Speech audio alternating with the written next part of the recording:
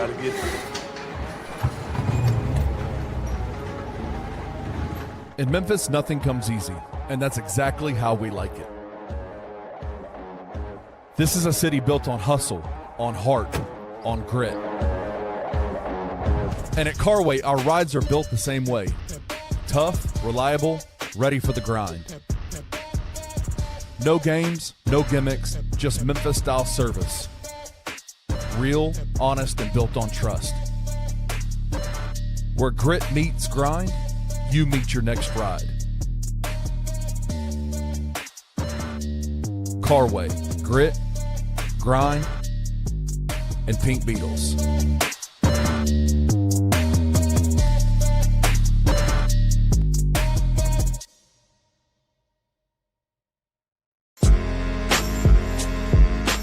In Memphis, we know a thing or two about resilience. From the grindhouse to the Delta, we protect what's ours. But when pests invade your home, it's time to fight back.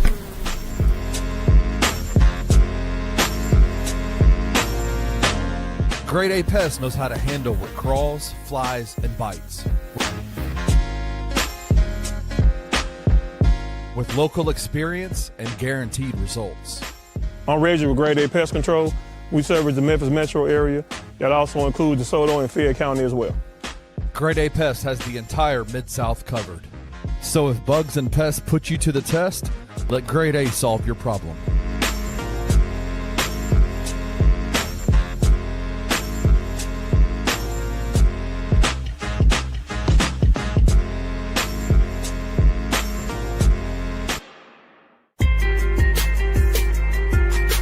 Bluff City Media presents The Anthony Sain Show with your host, Anthony Sain. Now, let's get to the show.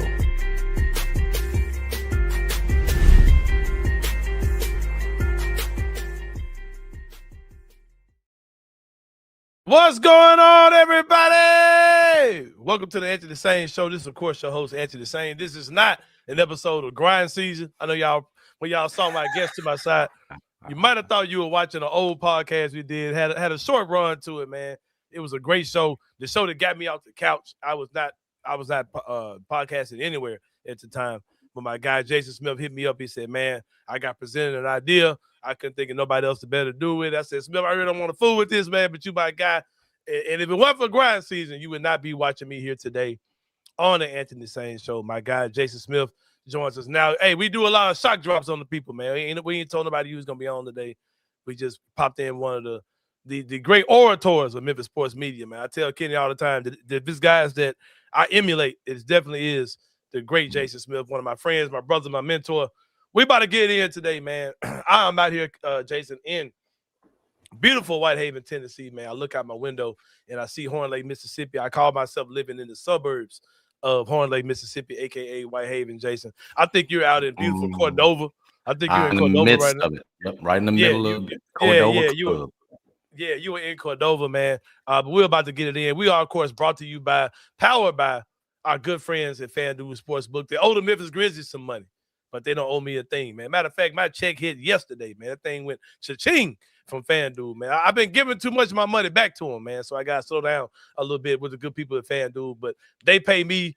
I pay them. We got a good relationship, man. We got a good thing going over there at FanDuel. Shout out to the good people at FanDuel. We got some money for y'all today. Kenny, I'm sure, has a couple of shout out to the Sain gang in the chat, man. They go check you, man. They go check every guest that come on. They say you coming in like Joe Mullinax. You might not get the reference whenever Joe does the show. He's super zoomed in. You are quite zoomed in, Jason. But it's all good, brother. You do you, man. I got to be up on my mic. Yeah, we need y'all to get good. Yeah, it's all good, man. It's all good. Definitely want to hear what you have to say today. Yesterday, we got news from the Memphis Grizzlies that our good friend John Morant is 2 more weeks away, man. Give it 2 more weeks. We're going to reevaluate some things. Last time they said he was still experiencing discomfort. I don't know what they said this time, but I just know John's not playing. I don't think he ever will play again this season, if anything. Your thoughts, Jason, on what you saw when you saw the report come out that John is still 2 weeks away. First thing was that it almost looked copy and pasted from the last one that we saw. And secondly, really that just was a continuation of what, looks like the plan I think you Sain talked about.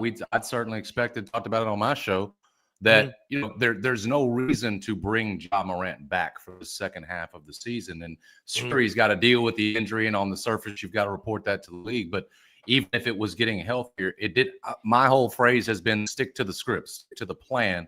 And Zach Kleiman obviously made it clear that the organization's plan was to trade Ja Morant. Now, you tabled that at the trade deadline. If he had negative value that was reported for the draft, you tabled it till the offseason. But this looked like a continuation of that plan.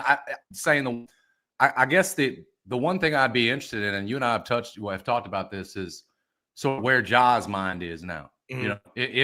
I'm assuming that elbow is still an issue, but I'm almost also assuming we've seen Ja banged up out before, and he's been gone for a while. And so, where his head is, even if he is, removed himself from the Grizzlies in spirit, I do wonder, is Ja still good with the plan? Because that's been the thing. We thought Ja and the organization were on the same page going into the year, and very quickly they got off. But right now, back to your point in the question, it look like more of the same and sticking to the script that I've always believed is the right plan. Not bringing Ja back, letting Islo start to build with what he has and what he's, some of the pieces he's going to have, as opposed to, having Ja out there taking minutes away from potentially other guys that might contribute down the road.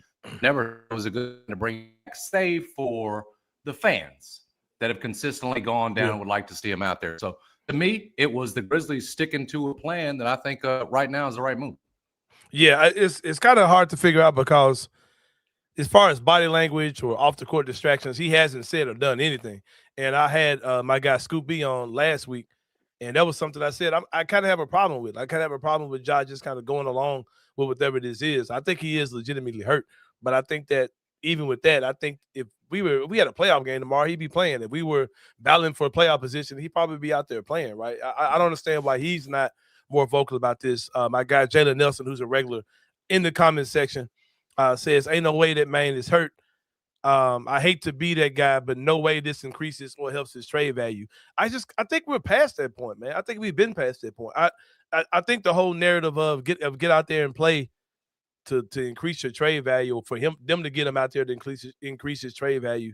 I think teams know what Ja is and what he isn't. When you're talking about playing 20 games or 30 games, it's not like teams are gonna be, oh man, Ja's good. He's healthy, he can go. I think teams know what he can do on the court when he's able to go. But it's just the fact he's been so unavailable this season. I think that there's not really much he can do that can help his trade value. We talked about this. We're doing a home and home today. I was on your show earlier today. Now you're on with me. I shared what I think the best case scenario for the Grizzlies would be concerning the lottery, right? And like how the lottery falls out, how the draft falls out. I think those type of things are a bigger factor to Ja than what we see in for the end of the season. What are your thoughts on that? Do you think Ja's value do you think there are ways to increase Ja's value overall? That's what I'm really asking. Well, if you're trying to just get it out of the negative, which is where the Windhurst of the world that's attaching a draft pick to send him out, and just getting back to a zero value, that's an increase. If I'm not sending out a first rounder, you are not going to get a haul for Ja. And saying I'm completely with you. You tried in a way having Ja out there right before the trade deadline, and he put up some good looking double doubles. I mean, the Atlanta game he played well in, and you tried to do it there, and you saw what the value was at the time. The idea that you can bring him back for 5, 7, 10 games, it's really going to increase. I'm with you. What my hope is that number one, it's what you said. It's how the draft shakes out in terms of the spots themselves, who falls out of these playoffs and where, who gets desperate.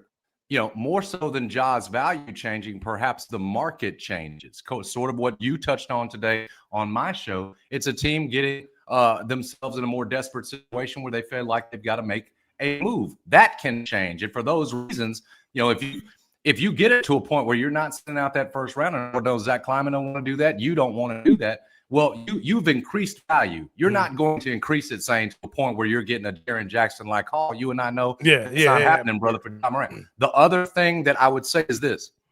and Ja not coming back, the one thing that you can tell, hopefully, that franchise that's now interested this offseason is in a new place, is that you are getting a healthy Ja. You are getting a Ja that's been out, also a Ja that's hopefully had to, sort of been humbled a bit, had to have a come to Jesus in terms of seeing himself that the NBA didn't want to trade for him at the trade deadline. So you're hopefully getting not just a healthy Ja, but a motivated Ja. And with some teams, hopefully, increased interest in a guy like him, you'll be able to again stick to the plan and move him out. So I'm with you. I think the value can increase. I think there is a chance the value increases. The market changes just with Ja sitting out, and I think there's a better chance of that than there is him increasing it with a few games played here down the stretch. Right, I'm with you on that as well. You also you mentioned about this being a humbling experience for him, right? My next question for you is, because I've had a range of emotions this season. I came in optimistic. I remember when I interviewed Ja before the season started, and it was like, well, Ja, what are your thoughts about training camp, right? He said, oh man, this is the hardest one I've been a part of, and speed kills, and I'm really working out there, and I got to get in shape and to do what coach needs me to be, and all these type of quotes were coming out, right? And we were super excited about what we were seeing for Ja, right? And then it's like the season ended on Halloween night, right? You know what I mean? With the whole incident between him and Coach Islo and how Ja handled that thing. I've been so disappointed with how he's responded to literally everything. It seems like if there's been a choice of options of, well, how do you respond to this? It's like Ja's picked the worst option every time, right? You know what I mean? And I remember I had Ja's agency on the show to begin the season before the season started. And they were all, man, Ja's locked in. He's a new man. I was like, yeah, man, it's going down. Like, Ja's going to play good this year. He going to push this team. We got a sneaky good team when everybody gets healthy. And, Ja's going to get that contract extension either this summer or next summer.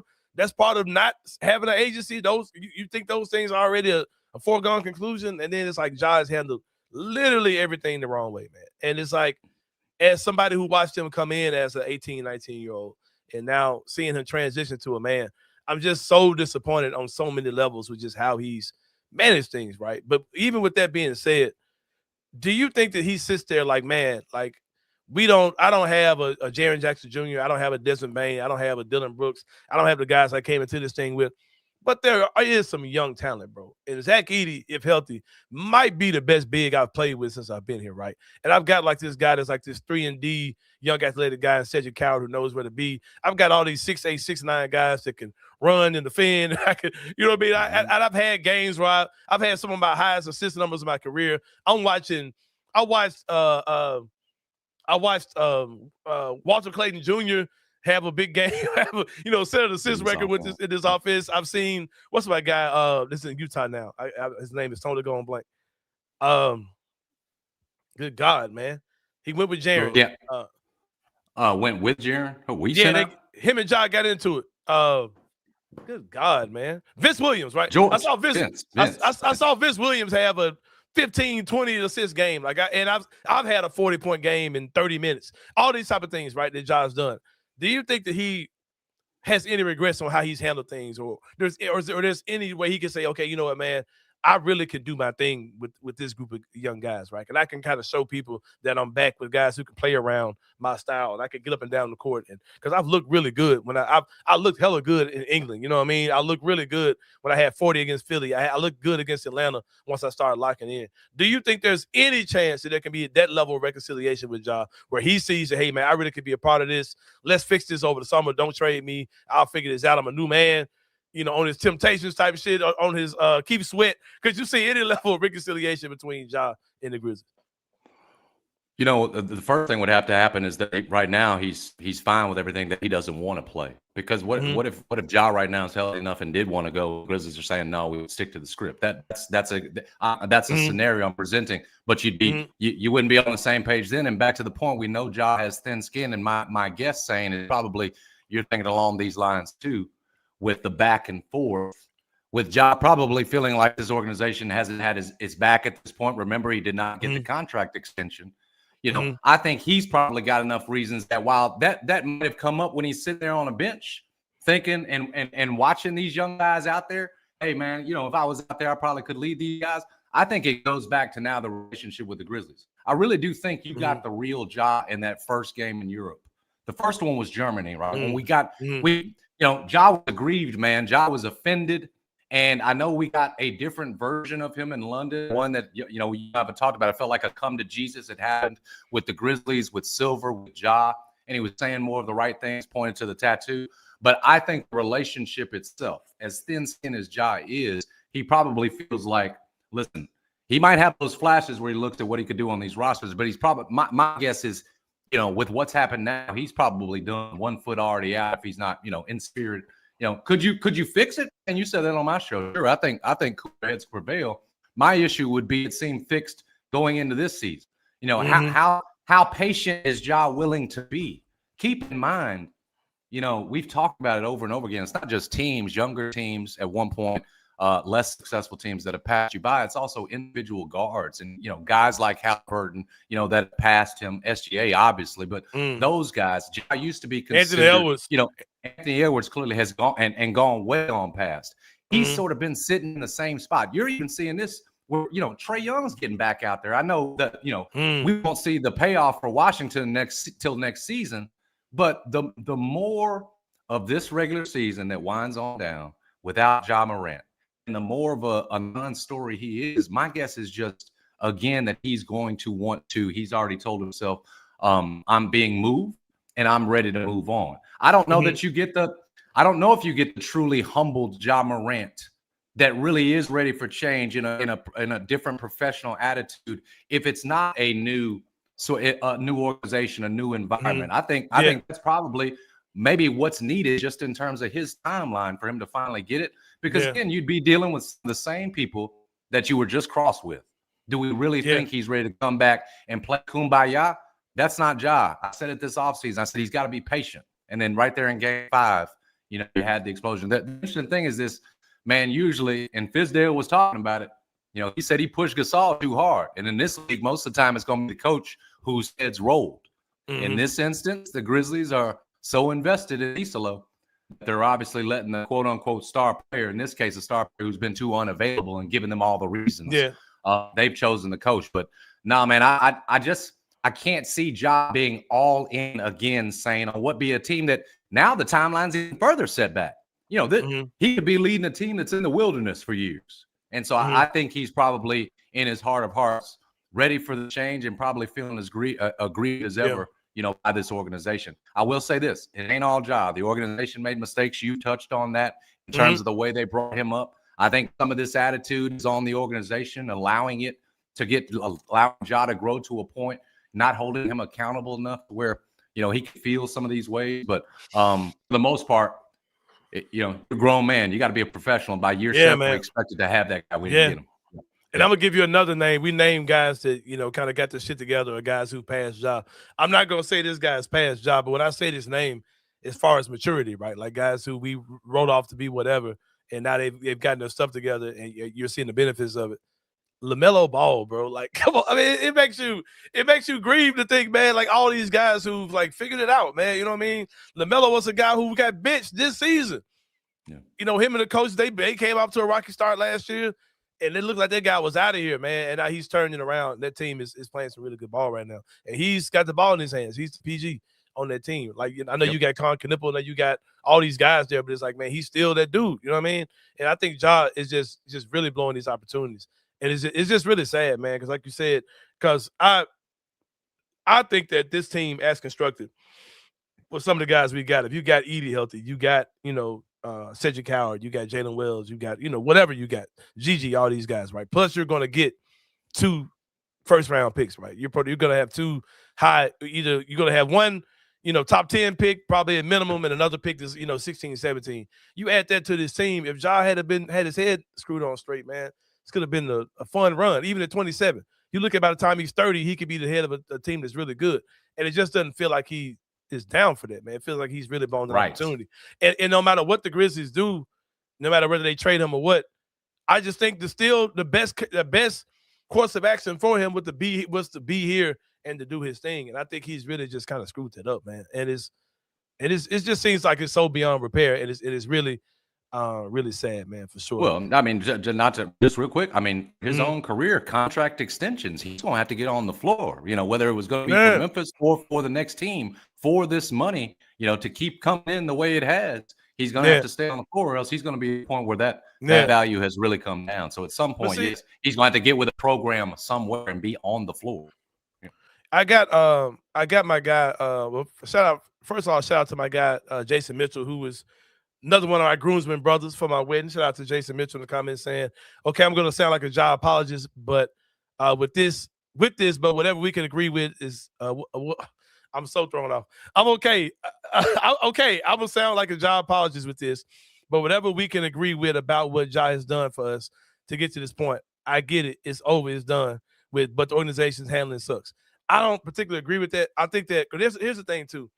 Like you said something that I want to touch on. You said that they chose Isolo over Ja.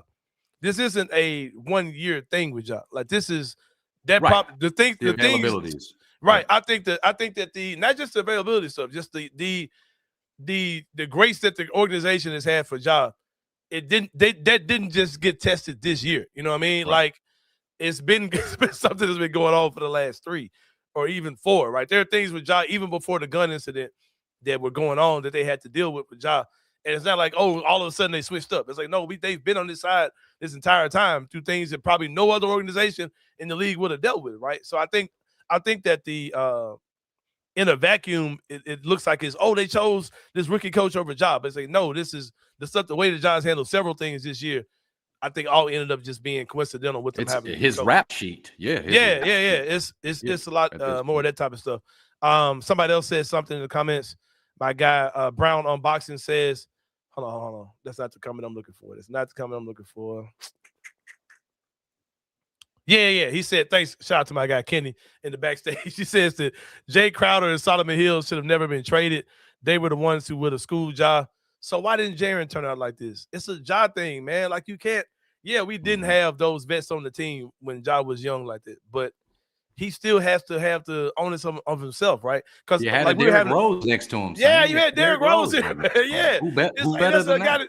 That's a guy who he looked up to, right? It is crazy, bro. Like he had all that in the midst of a lot of the nonsense that's been going on the last couple of years, right? And it's like, you look at the whole thing with Taj Gibson, right? Like we had this conversation. Somebody was like, well, why are y'all saying Ja's too old to have a mentor? And why do y'all whatever? I'm like, yeah, you're right. There are players of that age that do have mentors, right? But there aren't guys of that age where teams are going to get a mentor for him. There are guys who say, hey, I need somebody to help me with this. So I'm going to take it upon myself to go get my own mentor to help me with this. Or, hey, I got this guy on my team. He's got something that I'll need, right? I got KCP on my roster. I'm going to get up on him. He's a champion. I'm going to learn from him. That's something the guys initiate on their own. Us getting a mentor for you at 27 is insane, bro. 26, 27 is insane. You know what I mean? That's just not the way this thing's supposed to go. We're way past that point, man. That's the only thing I've had to say as far as that goes, man. But we'll switch over, Jason. I don't want to take too much of your time, but there is something else going on in the city that I definitely want to touch base with you for sure. Penny Hardaway has been a big deal, big in the news when it comes down to him and if he will be back next season with the Memphis Grizzlies. I talked about this for a while. I talk about this almost every day. I've heard you guys' sentiments on the Jason and John show a lot. I'll kind of share my sentiments on this thing. I don't know if you heard me make this take a lot. My main thing on this is this. Penny Hardaway was the first basketball player that young little Anthony Sain had a vested interest in, right? I was invested in Penny Hardaway. I had the shoes. I had the Orlando jersey. I had the actual Orlando Magic warm-up jacket. He was a Tiger, and that's when the Tigers were the pro team. He went on to the NBA. He was my dog. It was Penny Hardaway, bro. Like that was everything. And because of that, I have built-in bias towards Penny Hardaway, in favor of Penny Hardaway, right? And when it comes down to him in the University of Memphis, I'll say, regardless of what he's doing, I can, whatever list that people have of reasons to let go of Penny, I can go toe-to-toe with you. I can co-sign the exact same list, right? There's nothing I'll disagree about what anybody has said as far as criticism of Penny Hardaway, right? But I'll still come back on top of it and say, but you know what? Because that's fucking Penny Hardaway, I'm not going to sit there and tell you that he's to fire him. And I'll also tell you that I'm saying that with that clear bias. But I also don't have a list to give you in response to say why you should be there. I don't have my only list is this. That's fucking Penny Hardaway, bro. That's all I got, right? But I also said, with that being said, that I can't expect other people to feel that way. And I can totally understand why people who don't have that bias or are over that bias feel that way. Like we talked about Ja, right? I had a Ja bias where Ja could do no wrong. That grace is lifted for me, right? I'm not there anymore. I'm not. Yep. That grace is gone. Like I look at Ja, it is what it is at this point with him, right? But with Penny, I can understand people who don't have that grace anymore. I can understand people who don't have that bias anymore. I want to know your take on this whole thing. I kind of heard a lot of stuff you guys have had to say, but as far as, because like we talk about this all the time. Me and Kenny talk about this all the time on the show. I came on your show and said the same thing. This is a unique market because Penny Hardaway might be the only coach in college basketball where he has legitimate fans of him, not of the program, but of him, that are also covering him in the media, right? I can't think of any other situation. I can't think of any other situation where the majority of the people covering a college coach are fans of him as a individual. Like, it's a very unique situation, man. And I talked about this on your show too.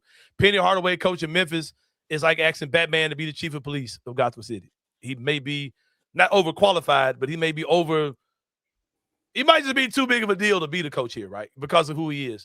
And I can understand, yeah, Scott not want to deal with that. I can understand Boosters not want to deal with that anymore. But as a fan, a Penny Hardaway, my bias is always going to say, no, we ain't firing Penny. Y'all fucking drunk. He'll be here till he dies. Like, that's my thing. Where are you on that, man? Not just as a fan of the program, but as someone who does cover the team. You guys get criticized a lot for the way that y'all look at it. So just kind of speak on that whole thing, that whole dynamic of how he's being viewed as a coach. You know, there are a lot of reasons to want Penny to remain the coach, because I do think Penny has proven, and Dan Walken touched on this. He was the latest over Yahoo to come with a column on Penny. Basically reported the same thing Gary Parrish had. Penny's job is, up in the air. But he pointed to the fact that, there's a couple of things here with Penny. Yes, he's a program hero.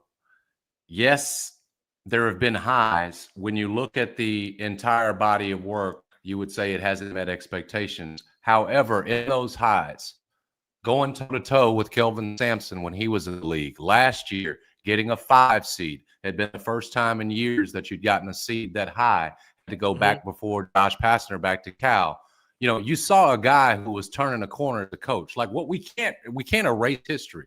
Penny had folks like Pat Forty, one of his biggest critics, coming in because Pat Forty didn't like the way that Memphis had circumvented Tubby to get to Penny. Yeah. He had Pat Forty saying, he converted me. I'm a Penny Hardaway convert. He's shown me he can coach. Penny Hardaway can coach. And so back to your point, I think there's a lot of reasons to want him back with a general manager who can help him put together a roster and maybe get to some continuity, because I think when Penny Hardaway is left to coach and not feel like he has to do everything, which I think he did this year, I think he can get the job done in terms of, this is the job: win the American, get to the tournament. The issue for him is you've still got a lot of us, and I'm talking about fans, some media whatsoever. I've moved the goalposts. Some folks have these still national championship, Sweet 16 aspirations that have to change, because you're priced out of that. Penny's only got $4 to $5 million to work with. However, that's still enough to win the American, which makes this season, and frankly 2 years ago, that season that fell apart in the American, unacceptable. I mean, Penny's even said it out of his mouth. He's got to dominate. Here's the thing. I think Penny could, with a GM, get to the tournament next season. But does that turn it around? Saying you and I, we both feel a way about Penny. That's why we root for him. Man. But in the end, you got a dollars and cents problem down at FedEx Forum, because so many have decided to turn the page. We learned about the $1.2 million shortfall. That can't keep continuing, right? If it kept continuing, at some point it can't just be, well, Penny can have the job because he's a program legend, when you're hemorrhaging money. That said, here's the other elephant in the room. Do you have $6.15 million to pay him? A man who clearly wants to go on. Historically, as a program, you have not done this. You do not see group of 6 programs buying out coaches to that level, especially at a time where they're shifting the focus to football, and they should. Memphis, in some way, is trying to do what Indiana has done. historically a basketball school that has realized we have to go all in on football. And Indiana took one of the worst football programs in the nation's history and turned it around into a national championship, a winner. But my point is, Memphis won't do that on their level. But they have understood that, hey, if we're going to ever get our way in this realignment thing, we got to go football first. You don't typically pay $6 million buyouts to basketball coaches out of a group of 6 conference with basketball as the second priority. And that's where you are now. So I think ultimately Penny will get another year, likely with a general manager that's helping him build a roster. I think my question, saying the way I was bottom line this, is will he ever get back to a level where it's buzzing again? You can get back to a tournament. If you lose another game, they're going to hold that one tournament win in 9 years against you. What I think, Sain, is it's going to require him really looking in the mirror and really thinking about changing that offense. I'll make the point. I made it to John before we got out of there. I talked to DeMichael Cole about this. Cal at one point went and changed his offense. He junked what he was doing and went and got the dribble drive. He went and studied it and everything else, but he understood I got to change. Several years into his coaching career, like double-digit years, if I'm not mistaken. And he said, I'm going to go learn. I'm going to go have this guy teach it to me. I'm going to learn it, and I got to change. I think Penny, because his offenses too characteristically have not valued possessions. College basketball, you've got to. There can be years where you can run pro stuff when you've got David Jones or a Kendrick, but most years, again, especially in this year, you need structure. And so I just think, again, it's going to take a real look in the mirror and a change of some of the things he's doing if you're ever going to get it to a point where it's buzzing, which is going to require deep runs. And those deep runs don't come unless you're paying pay attention to detail. Penny said he was willing to do that after last season. They're in the 300s again in turnover percentage on a team that wasn't going anywhere anyway. So ultimately, he's going to get another year. Feels like you're not going to pay that $6 million buyout, and hopefully he gets it turned around. Because in the end, Sain, I think most of us are rooting for him. Penny talked about getting kicked a lot. It's not by most. It's I think Penny looks at getting kicked at a lot of times as what is fair criticism of a record that he acknowledges is not good enough this season. It's not personal. Most of us are rooting for Penny to coach his way out of this. And I do think with the right help, a GM that you need to be hiring right now, not waiting until the season's over. You're already behind. If that's the case, he can get this thing back to a point where it's making the tournament. But I think it's going to require real change to get it back buzzing again. Yeah, they definitely have to get it back buzzing again soon, man. It's looking kind of dead out there for sure. My guy Jalen says, I swear to God, FedEx Forum looks so sad during Tiger games. It's crazy to change from the 2000s, 2010s for sure. I mean, we complained about the Josh Pastner era. That crap is dead right now, man. But you don't even see people excited to even, watch the games on TV. Even if they went to a place like Waldo's Chicken and Beer, Jason Smith, where there are TVs everywhere, man, they wouldn't be able to have.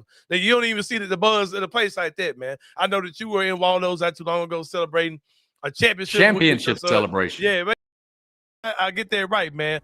It was a championship celebration with the Smith family. My guy CJ won the city championship for his 5th and 6th grade team out there at New Hope, if I'm not mistaken. That's the school. That's right. Is that correct? Yeah. Waldo's took good care. Oh, yeah. Yeah, for sure, man. When you come into Waldo's, everything is prepared in their made-from-scratch kitchen. Nothing frozen. All fresh food out there at Waldo's. It's a great spot for families. Jason Smith can definitely attest to that. They had a group of about 50, I think, came out to celebrate CJ. If you're wondering why the chicken there tastes so different or just got that extra little hit to it, it's because they fry everything in an all-beef tallow. They ain't using no vegetable oil, no peanut oil. They using all-beef tallow. I didn't even know what that was, Jason Smith, until we sat down with the good people at Waldo's, man. They got premium Southern sides like greens, white beans, macaroni and cheese. You can attest to that for sure. I know you a chicken tender guy, Jason Smith. I know that's what you had when you went there. With the fries, as you know. Yeah. Oh, yeah. I already know it. I put them up against anybody's, those chicken tenders. Oh, yeah. For sure, man. For sure. Awesome game room for the kids. They got a full bar for the adults, man. If you're a lounge lizard, you can hit the bar and do your thing, man. They got TVs everywhere, all over the place if you want to come and watch a game. It's a total full family experience at Waldo's. Happy hour drink specials every day from 3 to 6. And on Tuesday and Sunday, they have them all day long. Awesome full bar there. Great stuff they have out there at Waldo's. Take it from me. Take it from my guy, Jason Smith. He came out with his family. Had a great time. They're at 2200 North Germantown Parkway. Give them a call, 901-716-0032. They're open Sunday through Thursday from 11 to 9 and Friday and Saturday from 11 to 10. Check them out tonight. I think they got karaoke tonight, man. You might want to give them a call to confirm. But if you're a karaoke king, man, you might want to get up with the good people at Waldo's Chicken and Beer. Jay Smith, I guarantee you do not know who the DJ is when they do karaoke at Waldo's Chicken and Beer. Who is it? It's our good friend Jonathan C. Smith that covers the Memphis Grizzlies. He goes by DJ Kobe. In his nightlife. DJ Kobe in his nightlife. But you can check him out at Waldo's Chicken and Beer. Well, Jason, I appreciate you coming on with us today, man. It was a pleasure, brother. Great. It's been great as always, man. This is my guy Jason Smith, man, of the Jason and John Show. Been in the game for a while. I was a grown ass man when he became my mentor, but I chose to reach out to him. Nobody tries to say, "Hey, Sain needs a media mentor, man." I walked to him. I said, "Brother, I gotta follow your shadow, man, for sure. This is my man, my brother, man. I got you for sure, man. For sure. Hey, we gotta run this back, man. We gotta run this back. Hey, the people might need to get this every Friday, man. Hey, don't say anytime because it'll be every time. Don't tell me anytime. You know what I told you. Whenever you need it, whenever you need it, brother. Man. For sure. Well, we'll definitely have more. Show my guy Jason Smith some love in the chat, man. Show him some love in the chat coming in. Shout out to the Sain gang. Well, Jason, it's been real, man. But y'all, we about to take a break. When we come back, it's gonna be more to Answer the Sain show. We'll see y'all in a minute.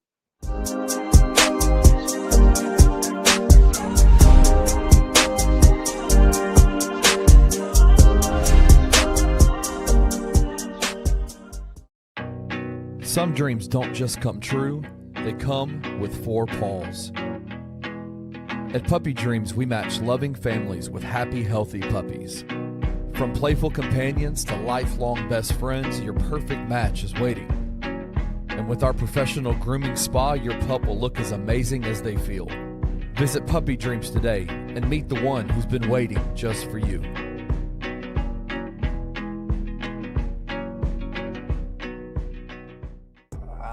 Come on, Penny.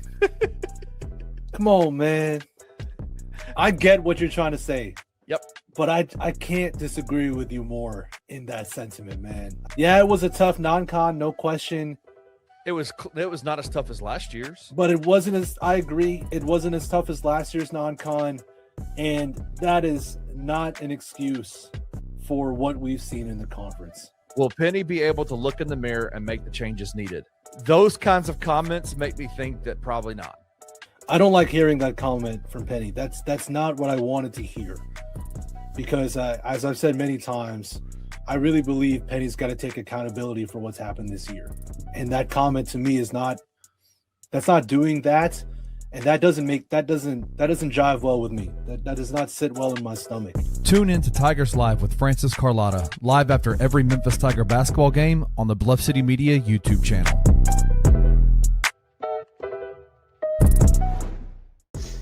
As bad as the situation is on the men's basketball side right now, like it's arguably even worse here. It's much worse.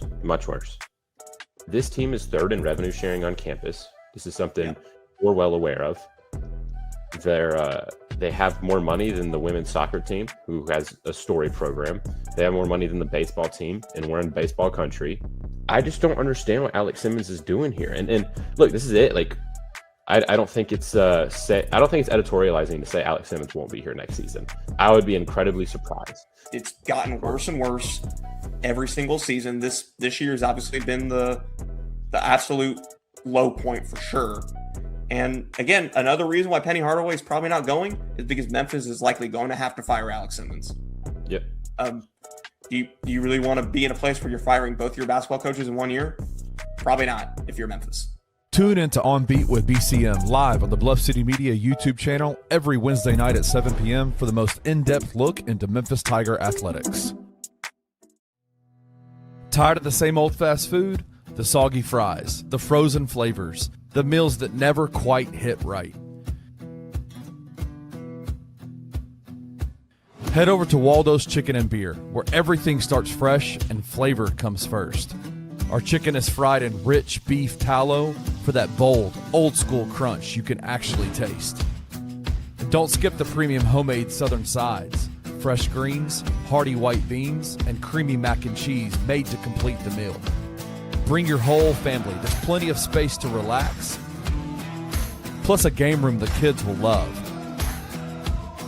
Catch the game on big screens, grab a drink at the full bar, and enjoy happy hour specials every day from 3 to 6, all day on Tuesday and Sunday.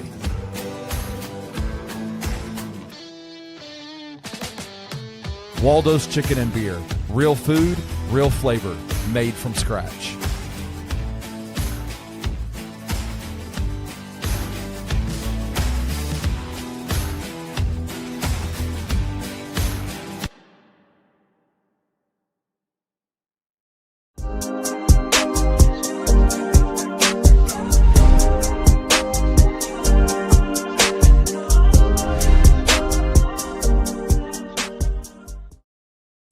All right, y'all. Welcome back to the Anthony Sain Show. Shout out again to my guy Jason Smith. People in the comments say, "Yeah, my guy Kevin Brooks is one of my guys right here, man." He said, "Thank you, Jason Smith." Yep, every Friday. Yep. Hey, he said anytime. I say every time. Every time, man. Hey, anytime, turn every time. Hey, by the way, I'm mad at you, bro. What you mad at me for, bro? I'm be real with you, man. It's 2 days in a row that you kicked me off for somebody better. Hey, and and I don't like it.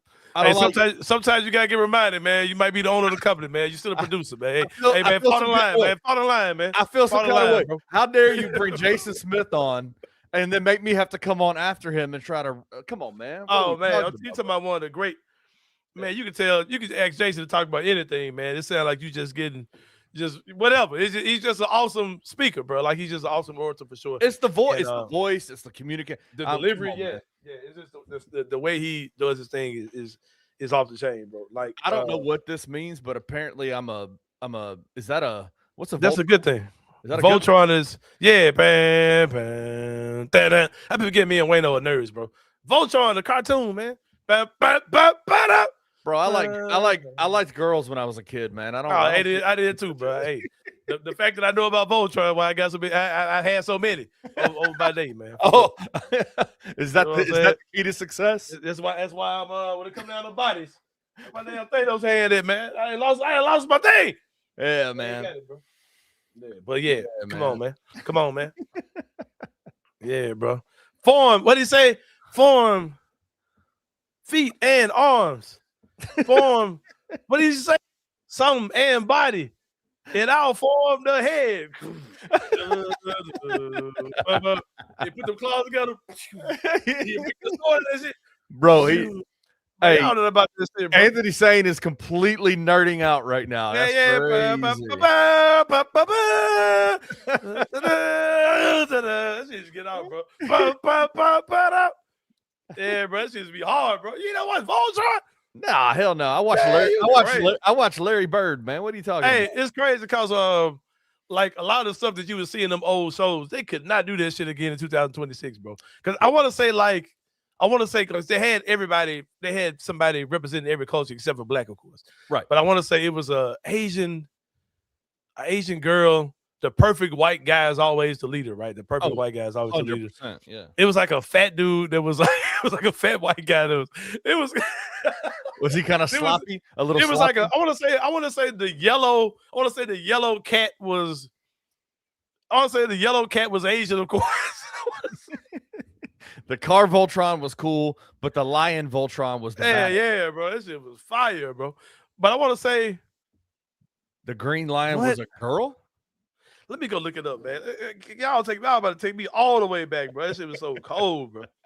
They need to make that shit. They need to bring that shit back, bro. Could you? They tried to. What did you think about the Transformer movies with Shia LaBeouf and all those? Like, they were cool at first, then they just started getting stupid, man. Yeah.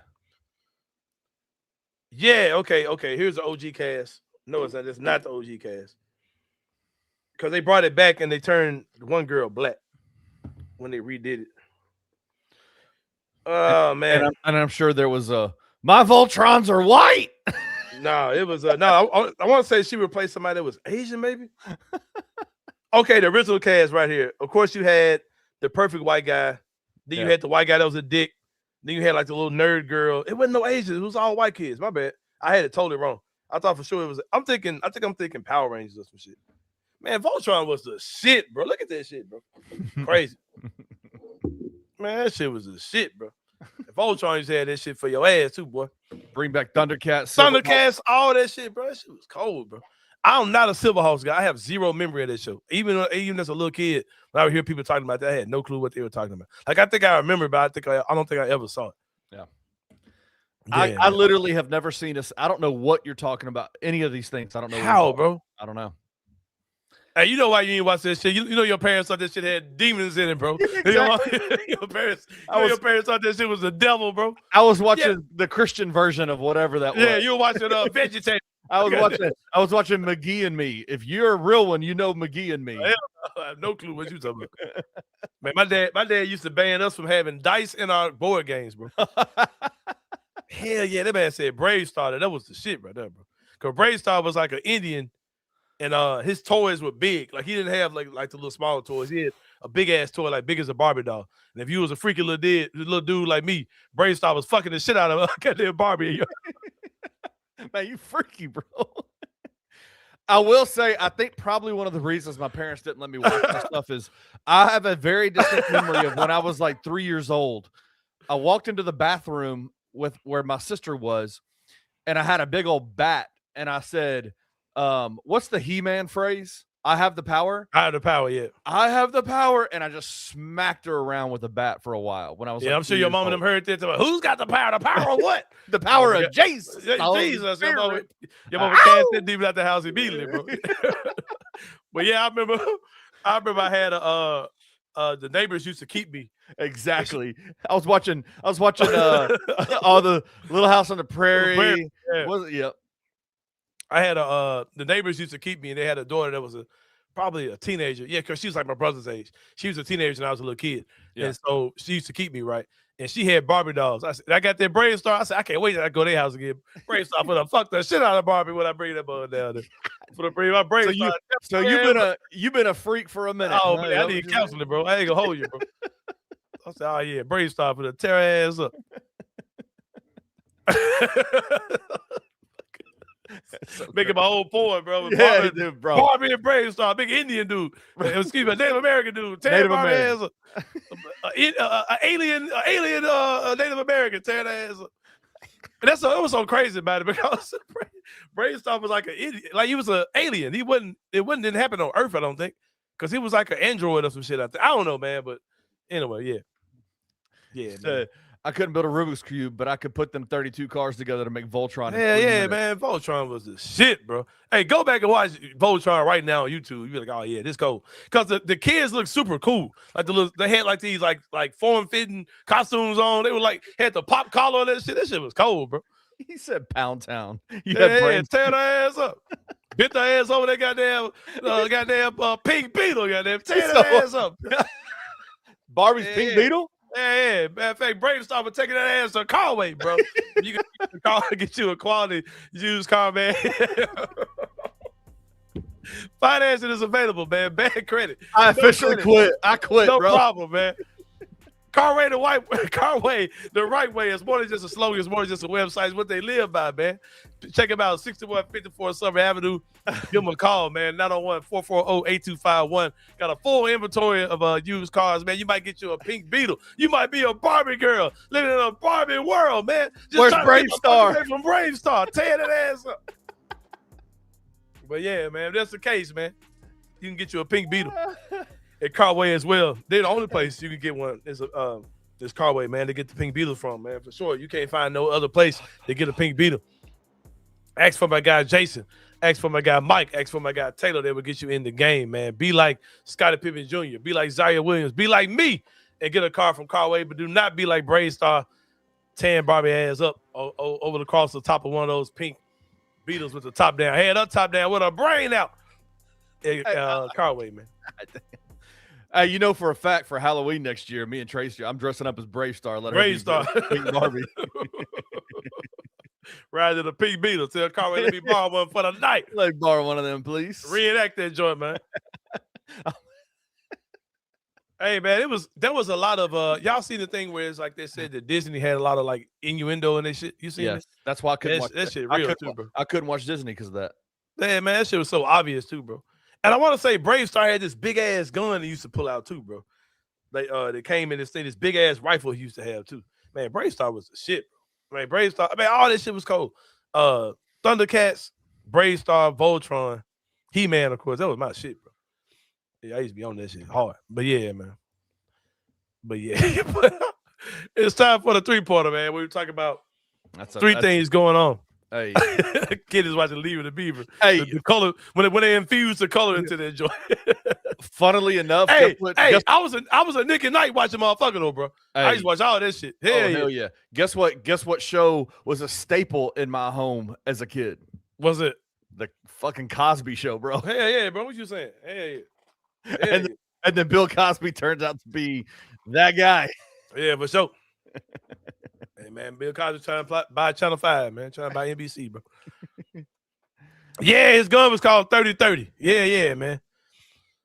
Oh man. He called Sarah Jane. Yeah, bro. Yeah, bro. For sure. And what his horse was called something. And he fought the dude Tex Hex, who used to look scary as shit, bro. Look at this right here, man. This garbage ass dude still trying to check, bro. Man, get your garbage ass on, man. Hey, I know the lunch rush is over where you frying fish at, bro. But don't come in here trying to be funny, bro. Ugly ass. Hey, garbage ass dude, man. The lunch rush over there. You want to pop on and start trying to check. Captain D's is slowing down. Nah, that man. Nah, he fried fish somewhere like one of them little, you know what I'm saying, real like southern fish place. Okay. And then coming out this way, what you getting, bro? What you get me, bro? Put that order. I got you, bro. I got you. Give about 10 minutes, man. I got you, bro. Look at that ass. Get your ass about white moving cooking fish and take it. Hold on, what you got? Hold on, bro. What you got, man? I got. Oh man, we ain't got no spaghetti, big bro. We ain't got no spaghetti, man. You want white bread or cornbread, bro? So motherfucking asshole, bro. Talking about three things going on in the world of sports.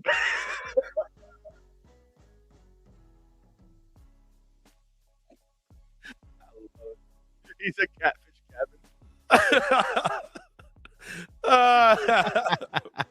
Trying to check, bro. Throw your ass in the comments, bro, for sure. But nah. Oh God. That's crazy. Oh man, trying to check my forehead, man. I know I got a big ass forehead, but like I said, I ain't never had nobody complain about it. I had all kind of ass cheeks laid across the top of that motherfucker and titties and shit. So I really ain't fucked up about it, bro. Be honest with you. It ain't never stopped me from being nowhere I want to be in life. Literally. And when I go to my good friend, Antonio Jones, the master of definition, he right. Take care of it too, man. He get me right, man. He keep me in the game, man.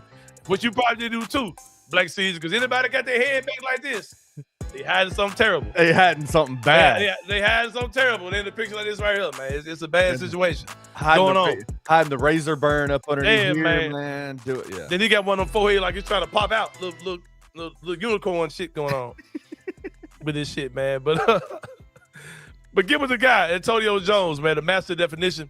You can hit the QR code on the screen to book him on his website. 30 years in the barbering industry, man. It's a clean, family-friendly environment, natural and enhanced styles. If you keep it natural, you need a little help from your friends, man. Whether you're trying to be Jason Tatum or Jaylen Brown, he got you, bro. He got you. With Antonio Jones, the master definition, man. Superior grooming for men, women, and children. Moms, women, it's a good environment for you, for your kids. A lot of women drop their boys off. They're good. They can go do their thing. The guys, they can do nothing but wrap their arms around them. And you know what I'm saying?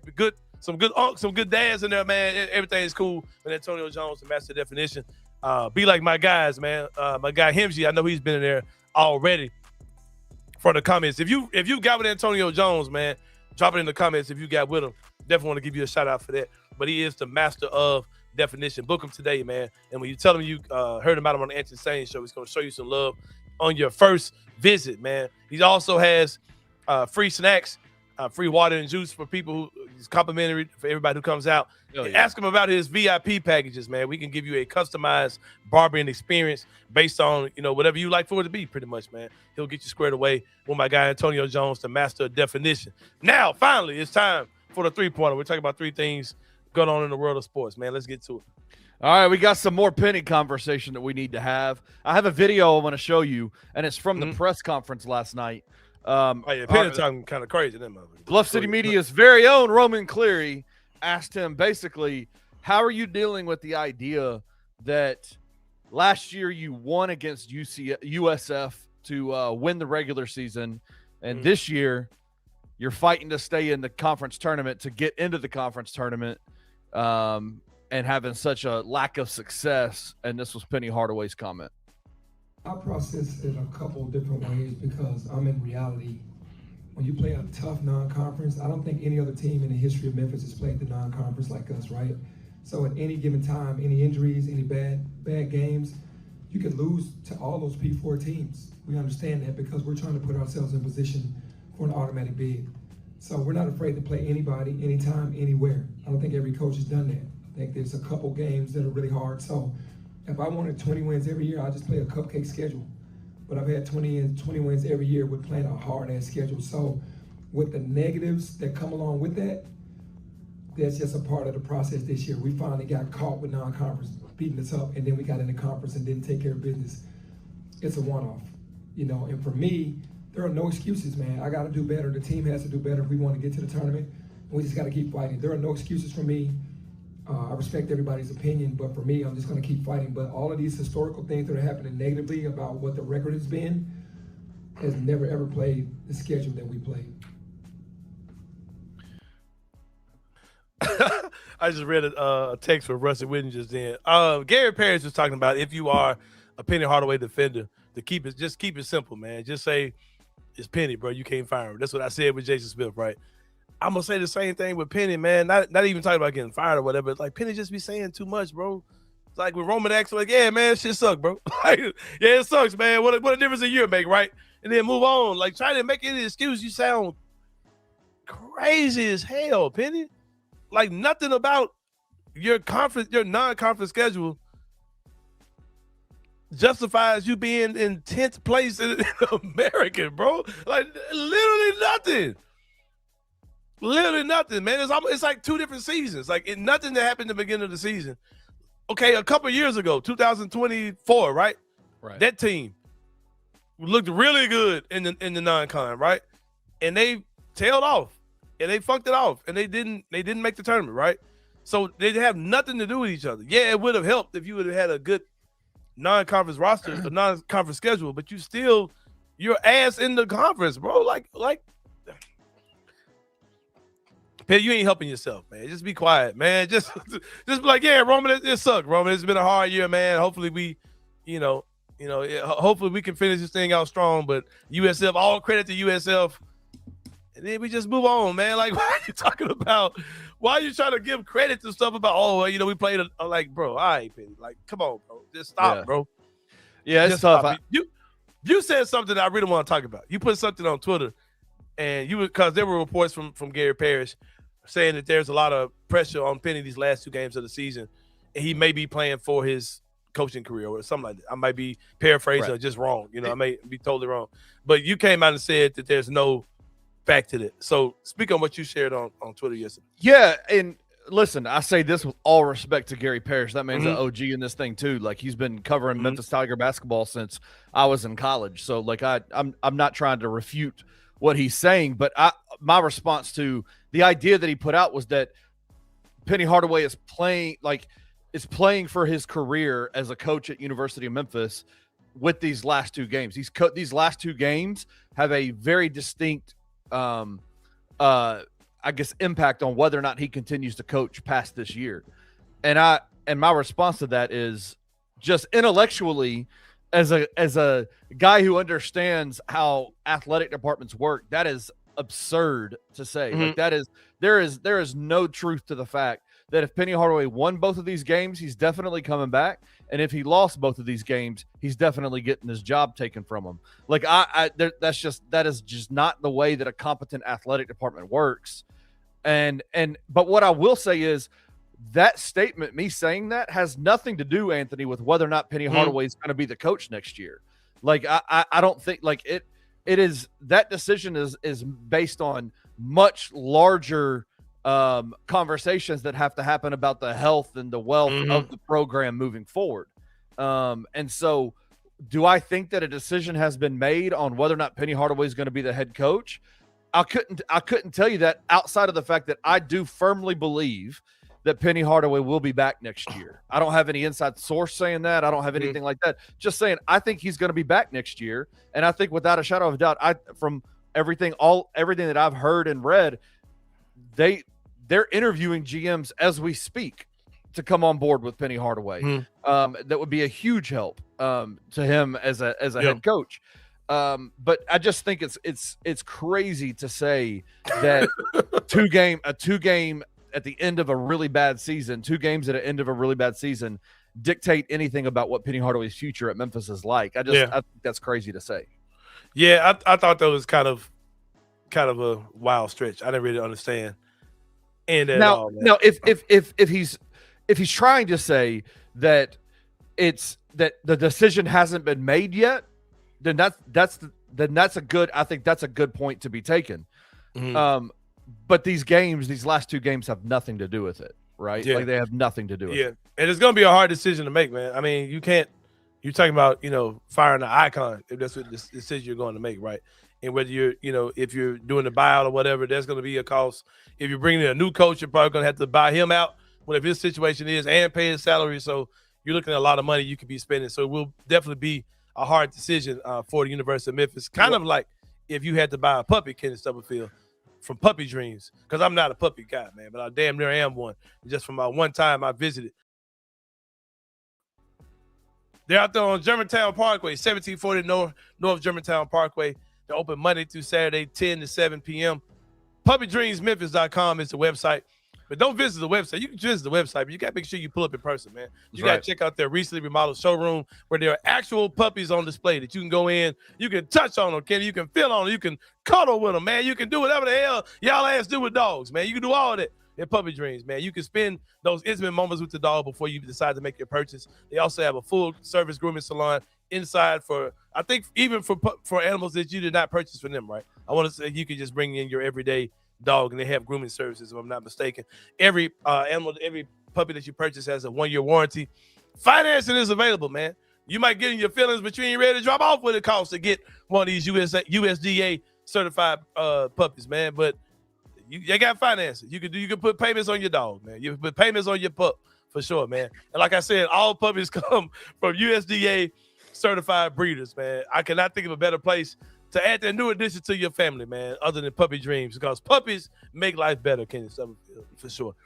But when we're done talking with Penny, we're moving on. Where we at? Let's move on. Let's move on. We got number 2. Your guy. Oh, man, my boy DB, man. My boy DB, man. One of the true villains left in the game, man. One of the true bad guys left in the game. Man. One of the true pests left in the game. Man. But before we get into that, man, we got to give a shout out to my folks at Grade A Pest, man. They might need to get guys like Dillon Brooks the hell up out of here, man. 20 years of experience. Get it right, kid. Get it right. God. Trying to pay bills, man. Trying to pay bills, man. Bam. Oh, God. I know I'm throwing some crazy transitions at you, man, but I got you, bro. I can't keep up with you, man. It's all good, man. It's all good. Shout out to Carway again, man. Dillon, just make sure you didn't get that car from Carway, man. Tow your car up, man. Out there doing a DUI. But guys, Carway got 2 today. Yeah, man. My guy, man. Look at Wayno crazy as hell, bro. Grade A Pest, man. 20 years experience in pest and rodent control, a homegrown business. Former born and raised Memphian. My guy, Reggie Freeman Alexander, committed to excellence by applying human and pet-friendly products that are both safe and highly efficient to meet your pest control needs. Give them a call, 901-628-4867. Shoot them an email, gradeapservices@gmail.com. Grade A Pest, man. When pests like Dillon Brooks and rodents put you to the test, man. Let the good people at Grade A help you solve the problem. They are the best in the business, where you're dealing with hot dog water that you're leaving out to get you with roaches. Or you're dropping cookie crumbs all over the place because you're a cookie crumb. My guy Reggie, man, can get you in the game, man. I woke up this morning about 6 in the morning, a pitter-patter at my door, Kenny. So it was not a mouse or a rat. It was our youngest. It was Aubrey, our youngest daughter, right? She's 11 years old. I brought some cookies home from Waldo's Chicken and Beer. She said, Mr. Edgar, could I have a cookie? Like, man, God damn it, you goddamn cookie crook, yes. But just make sure you don't drop no crumbs, man, because I ain't trying to get Reggie out here again, man. If I did, I had to give him a call at 901-628-4867. Kenny Stubblefield, give a Grade A Pest. They'll get you right, man. But Dillon Brooks, Kenny, out here got a DUI, man. Wilding. I don't know no details of this other than Dillon, slow your ass down. Stop drinking and driving. I don't know if you was drinking or smoking crack. I don't know what the hell you had going on, man. The influence ain't got to be alcohol, man. I don't know what Dillon had going on. I ain't read the story. But Dillon, calm your ass down. Ain't you got a broken hand, my guy? Come on, man. Call a Uber. Hey, shout out to Paris. Some damn cookies at Waldo's are fucking nuts, bro. Like, literally. And now they got the oatmeal raisin joints. My favorite. They got oatmeal raisin, they got white macadamia, and they got like a peanut butter joint. I said, damn, Waldo's, y'all on some other shit. Man. The cookies. Oh, guess what I had yesterday on y'all ass? What? A fucking waffle, bro. Oh God, dude! I'm telling you, that chicken and waffle is fire. Hey, y'all can't get the waffle like I get. I can get it whatever I pull up in that bitch. But hey, man, they oatmeal raisin by far like top two man, cookie. Wrong as you sound insanely nuts, bro. That's not true at all. Oatmeal raisin? No, anything with raisins, I ain't putting that kind of I ain't getting that kind of props on. You ever had an oatmeal chocolate chip cookie? Yes, dude. We make them all the man. Yeah, that shit busting, bro. I love raisins though. I love raisins. Yeah, that shit, man. No, I hate raisins. Raisins feel like you eating a fucking roach. Oh man, I should have segued that shit. That would have been good. Man. See, that would I would have flowed better with you on that. Hey man, run it back, man. Run it back, man. Grade A Pest, man. If you eat a goddamn oatmeal raisin cookie, man, you thought you had a roach in that joint, man. Get my guy, Reggie Freeman Alexander, man. Call the Grade A Pest 901-628-4867, man. He'll get you back in the game, man. You roach eating ass, raisin brand eating motherfucker. You get me thinking about that lady in goddamn Garibaldi's in Colleyville. I just gave him a free ad just then, man. Just get him man a free promo. Oatmeal raisin top three. Oatmeal raisin top three. CVW. Shout out to you, hey, man. Bro. Hey, oatmeal raisin cookies do deserve an award, man. Bustin', bro. Bustin'. They do deserve an award though. For looking like a fake ass chocolate chip cookie. Get away with that shit for all my life, man. That's what they get, bro. Sure. So good, man. But yeah, man. Dillon, you be praying for you, brother. You know what I'm saying? Hey, get hope in your brains and dope out your veins. Dillon, you'll never get nowhere smoking the pipe, man. Hey, I love that. You try to get your lesson out and be smart in school? Get away from the in crowd, Dillon. Get her close to God. Get her close to God. Get dope out your veins. Get hope in your brains. Get her close to God. You'll never get nowhere. Smoking the pipe. Smoking the pipe. Yes, sir. Love it. From the world. That shit was so cold. I love it, dude. That dude was so dope. Oatmeal raisin top three for sure. Man, y'all ass is sick. Wayno wants to know, does Reg have to pay twice now, or does Reg set his own price? Nah, that's my guy, man. That's my dog, man. Hey, that man like Debo. Whatever you say, man, I just drop it off, man. Yes, sir, boss. Yep. Oatmeal raisin cookie from Lenny's specifically. Hell yeah, y'all sick. It's just the raisin part for me, man. I can't fuck with it. I do like an oatmeal cookie. It's just biting into the raisin part. I just can't fuck with, man. Number 3, though, bro. Hold on. Before that, we do have some FanDuel. We got some money for y'all. We got a same-game parlay for the Phoenix Suns. Sans Dillon Brooks and Devin Booker. Versus I saw 10 make 200. I said, what the hell kid that cooked up on this one, man? Bro, how the fuck is Phoenix still good? That shit pissed me off so bad, bro. Because Grayson Allen, old ass. Bro, god damn, bro. Look at that. You cannot be that good at ball and have gray hair on the side of your head like that. Looking like you ready for that political run, man. Look at Grayson Allen is 100% going to be a politician, too. Oh, 1,000%. Yeah. He's absolutely going to be like, he's MAGA for days. Oh, yeah, all right. he is. Grayson Allen over 18.5 points. Colin Gillespie over 12.5 points. What the fuck is I hate the Suns, bro. They fucking good. Oso Iguodaro over 9.5. Who the fuck is that, man? I hate Phoenix, bro. God damn. Grayson Allen to record 4+ assists. And your guy, he's back, baby. DeJounte Murray over 13.5 points. Tonight. Might be a future Grizzly, man. Might be a future Grizzly. Plus 19.59. $10 wins you 195.96. Here's the reason why I would take this bet. Because somebody's got to score for Phoenix. Somebody got to score, man. Somebody got to score, bro. They ain't a bad line. It's Dillon. It's not Dillon. It's Grayson gonna give you 18.5. I don't know what he's been doing. That man's been shooting. That man's probably been doing real good. Probably been doing good. Get that money, man. We got that free money for y'all over there at FanDuel, man. Number 3. All right. This is interesting, man. It is interesting. It is interesting. This is interesting. Yep. In media, whether you're a media guy who's like your straight lace media, like a DeMichael Cole, or a radio host like a Jason Smith, or you're just a content creator who's, talking head like myself and what we do, we all give our thoughts on what's going on in sports, right? And on this show, it's very lighthearted. I do have real conversations about things, but most time I'm getting jokes off, right? Like I showed the picture of Ja working at Foot Locker because I say Ja's turned into a shoe salesman, right? Like I don't mean that with any malice. Like it's just a joke. Like it's whatever, right? And it can be taken however. But I look at some of the things that some of these guys do and some of the things they say. Like there are some things that guys say that affect guys' longevity in the league. Like I think that the way that Carmelo Anthony was covered in the media shortened his career. Yes. I think that shortened his career, and I think that they tried to do the same thing with Russell Westbrook, and Russell Westbrook is a guy that I love. If I looked up and the Grizzlies signed him, you talk about fucking mentors. I ain't worried about job, but you talk about fucking mentors. That's the dude I would want on my team. And we'll show a little bit of this clip. Do you think we even need to? This? I don't. I'll just say this because I know we went over today. I think there is a responsibility as someone who covers a team, and I will say this: I think there's more responsibility for guys who are credentialed media members who are in the arena covering these guys. Have to see them every day, because if you're saying things, especially things that a player is being offensive by, and you know that when you're saying these things that they come off a certain way. If that player does decide to confront you in that moment, Russ is maybe looking crazy for doing that. But you do have to ask yourself, how much integrity you have if you're not willing to address these things when he brings them to you. Because social media, it's not a real place, but it is a real place too, man. You know what I mean? So my biggest take on it is Russell has the right to confront whoever he wants to confront. Mm-hmm. My issue is that the main guys that dictate narratives about players' careers are not the local media guys. It's the national guys, and they never get called out ever for the stuff that they say by players.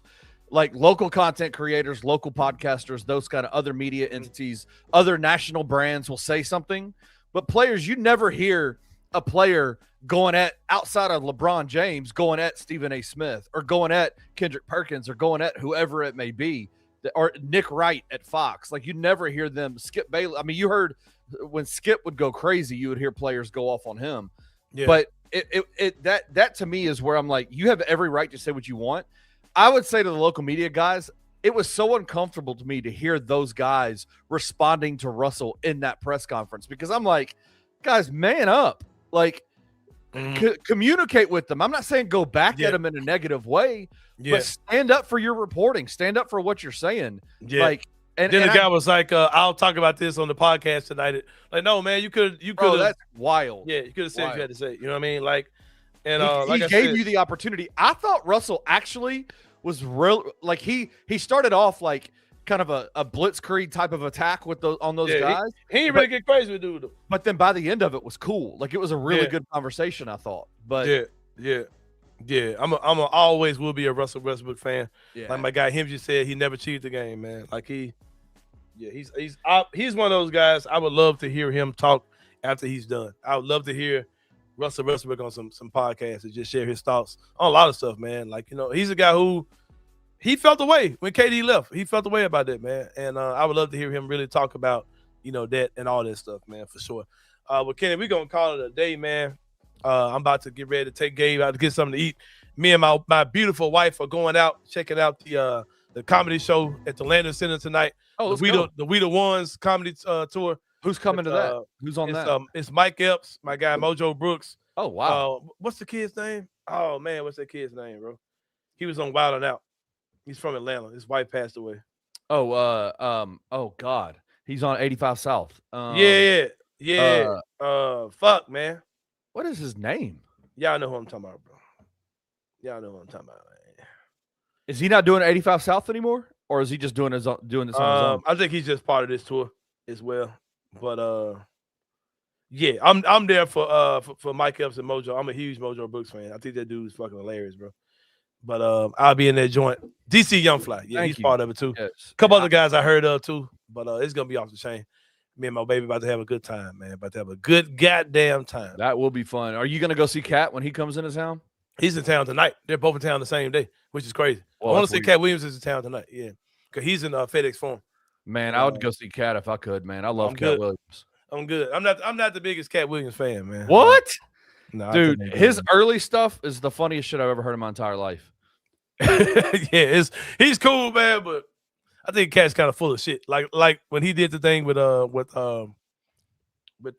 he was saying some wild stuff, man. About like, you know, Suge? just people in general. Like I hate when people do well and then that nigga Illuminati. Oh, he getting fucked in the ass because of it. Like, all right, man, come on, bro. Like, No, you just can't be successful, bro. Like, Yeah. it's just, all that stuff is just kind of that shit come off as hating to me, bro. Like that drugs are a hell of a thing, bro. Drugs are a Yeah. hell of a thing. But Yeah, his it's pimping crazy.